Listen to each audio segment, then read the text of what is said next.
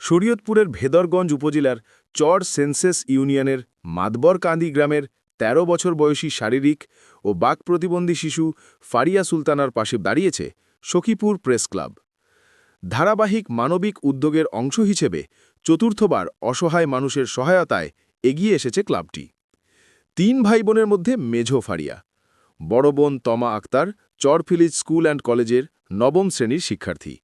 দারিদ্র্যের কারণে বাবা ঢাকায় মিষ্টি দোকানে চাকরি করছেন, মা মানুষের বাসায় কাজ করে সংসার চালাচ্ছেন।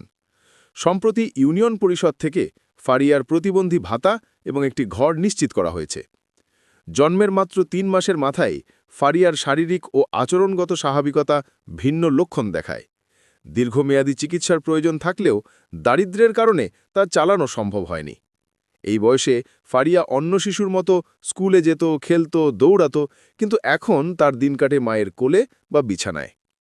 সখীপুর প্রেস ক্লাব সকলকে আহ্বান জানিয়েছে, ফারিয়ার চিকিৎসা ও দেখভালের জন্য এগিয়ে আসুন। আমাদের মানবিক সহায়তা ফারিয়ার জীবনে একমাত্র আলো। আমার নাম তমা, আমি ৯ম শ্রেণীতে পড়ি। আমার বাবা ঢাকায় কাজ করে, আর আমার মা কাজ করতে পারে না। আমার ছোট বোনটাকে দেখাশোনা করতে হয়, বেড়াতে যেতে পারি না। আমার বোনটাকে দেখাশোনা করতে হয়, আমার বোনকে আমাকে রাখতে হয়, আমি সময়মতো স্কুল যেতে পারি না। আমাদের অভাবের সংসার, টাকার জন্য আমার বোনটাকে চিকিৎসা করতে পারেনি। আর যে কেউ পারলে আমার বোনটাকে একটু সাহায্য করবে। প্রতিবন্ধী মেয়েটা যদি কেউ সহযোগিতা করতো তাহলে মেয়েটা সুস্থ হয়ে যাইত। জন্মের পর ৩ মাস থেকে ভালো ছিল। ৩ মাস পর যখন দেখি যে হাসতে পারে না, কথা বলতে পারে না, তখন থেকে আমি ডাক্তারের কাছে দৌড়াইছি। দৌড়ানোর পর ডাক্তার বলছে যে ওর সমস্যা আছে। তারপরে আমি দেখাইছি, চিকিৎসা করছি, পরে আর টাকার জন্য চিকিৎসা করতে পারিনি। এখন খুব কষ্টে আছি, মেয়েটা নিয়ে খুব অসহায় আছি। স্বামীটাও হাতটা ভাঙ্গা নিয়ে চাকরি করে, সংসার চালাতে খুব কষ্ট হইতেছে আমার। মেয়েটার বয়স 13.5 বছর চলতে আছে, কিন্তু দেখতে দেখা যাইতেছে 6 মাস বা 1 বছরের মেয়ের মতো, কিন্তু মেয়ের বয়স 13.5 বছর চলতে আছে। মেয়েটার পিছনে আমার খুব সময় দিতে হয়। আমি যে বাইরে কোনো কাজ কাম করবো সেটা আমি পারি না। মেয়েটার পিছনে সারাক্ষণ থাকতে হয়।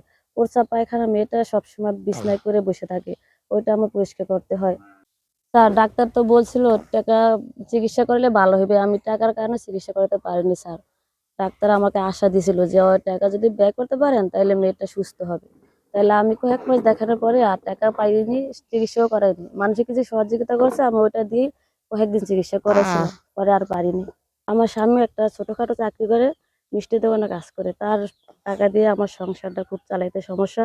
মেয়ে ডাক্তার দেখাতে পারি না, বড় মেয়েটা আছে লেখাপড়া করাইতে হয়, তার লেখাপড়া করাইতেও খুব কষ্ট হয়ে যেতেছে। যদি কেউ আমার সহযোগিতা করতে চান তাহলে আমি বিকাশ নাম্বারটা দিছি, এই নাম্বারে আমার সাথে যোগাযোগ করেন। 01755114780।